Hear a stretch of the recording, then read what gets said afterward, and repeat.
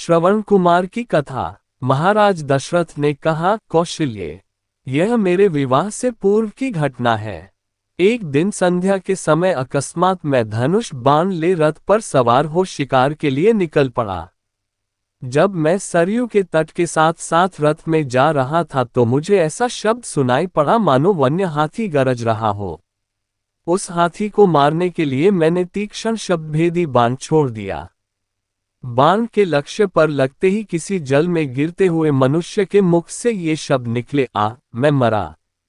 मुझ निरपराध को किसने मारा? हे पिता, हे माता, अब मेरी मृत्यु के पश्चात तुम लोगों की भी मृत्यु जल के बिना प्यासे ही तड़प तड़प कर हो जाएगी। न जाने किस पापी ने बाण मारकर मेरी और मेरे माता पिता की हत्या कर डाली। इससे मुझे ज्ञात हुआ कि हाथी की गरज सुनना मेरा भ्रम था, वास्तव में वह शब्द जल में डूबते हुए घड़े का था। उन वचनों को सुनकर मेरे हाथ कांपने लगे और मेरे हाथों से धनुष भूमि पर गिर पड़ा। दौड़ता हुआ मैं वहां पर पहुंचा जहां पर वह मनुष्य था। मैंने देखा कि एक वनवासी युवक रक्तरंजित पड़ा है और पास ही एक औंधा घड़ा जल में पड़ा है। मुझे देखकर क्रोध स्वर में वह बोला, राजन, मेरा क्या अपराध था जिसके लिए आपने मेरा वध करके मुझे दंड दिया है?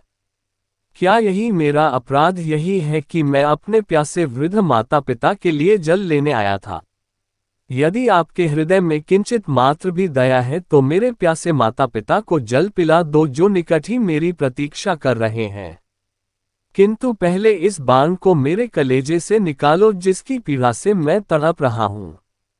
यद्यपि मैं वनवासी हूं किंतु फिर भी ब्राह्मण नहीं हूं। मेरे पिता वैश्य और मेरी माता शूद्र है, इसलिए मेरी मृत्यु से तुम्हें ब्रह्महत्या का पाप नहीं लगेगा। मेरे द्वारा उसके हृदय से बाण खींचते ही उसने प्राण त्याग दिए। अपने इस कृत्य से मेरा हृदय पश्चाताप से भर उठा। घड़े में जल भर कर मैं उसके माता पिता के पास पहुंचा। मैंने देखा वे दोनों अत्यंत दुर्बल और नेत्रहीन थे। उनकी दशा देखकर मेरा हृदय और भी विदीर्ण हो गया। मेरी आहट पाते ही वे बोले, बेटा श्रवण, इतनी देर कहाँ लगाए? पहले अपनी माता को पानी पिला दो क्योंकि वह प्यास से अत्यंत व्याकुल हो रही है।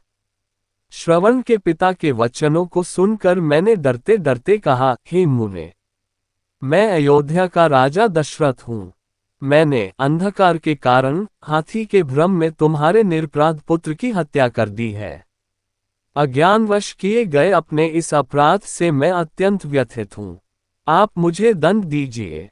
पुत्र की मृत्यु का समाचार सुनकर दोनों विलाप करते हुए कहने लगे, मन तो करता है कि मैं अभिशाप देकर तुम्हें भस्म कर दूं और तुम्हारे सिर के 7 टुकड़े कर दूं।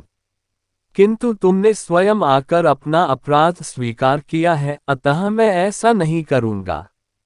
अब तुम हमें हमारे श्रवण के पास ले चलो।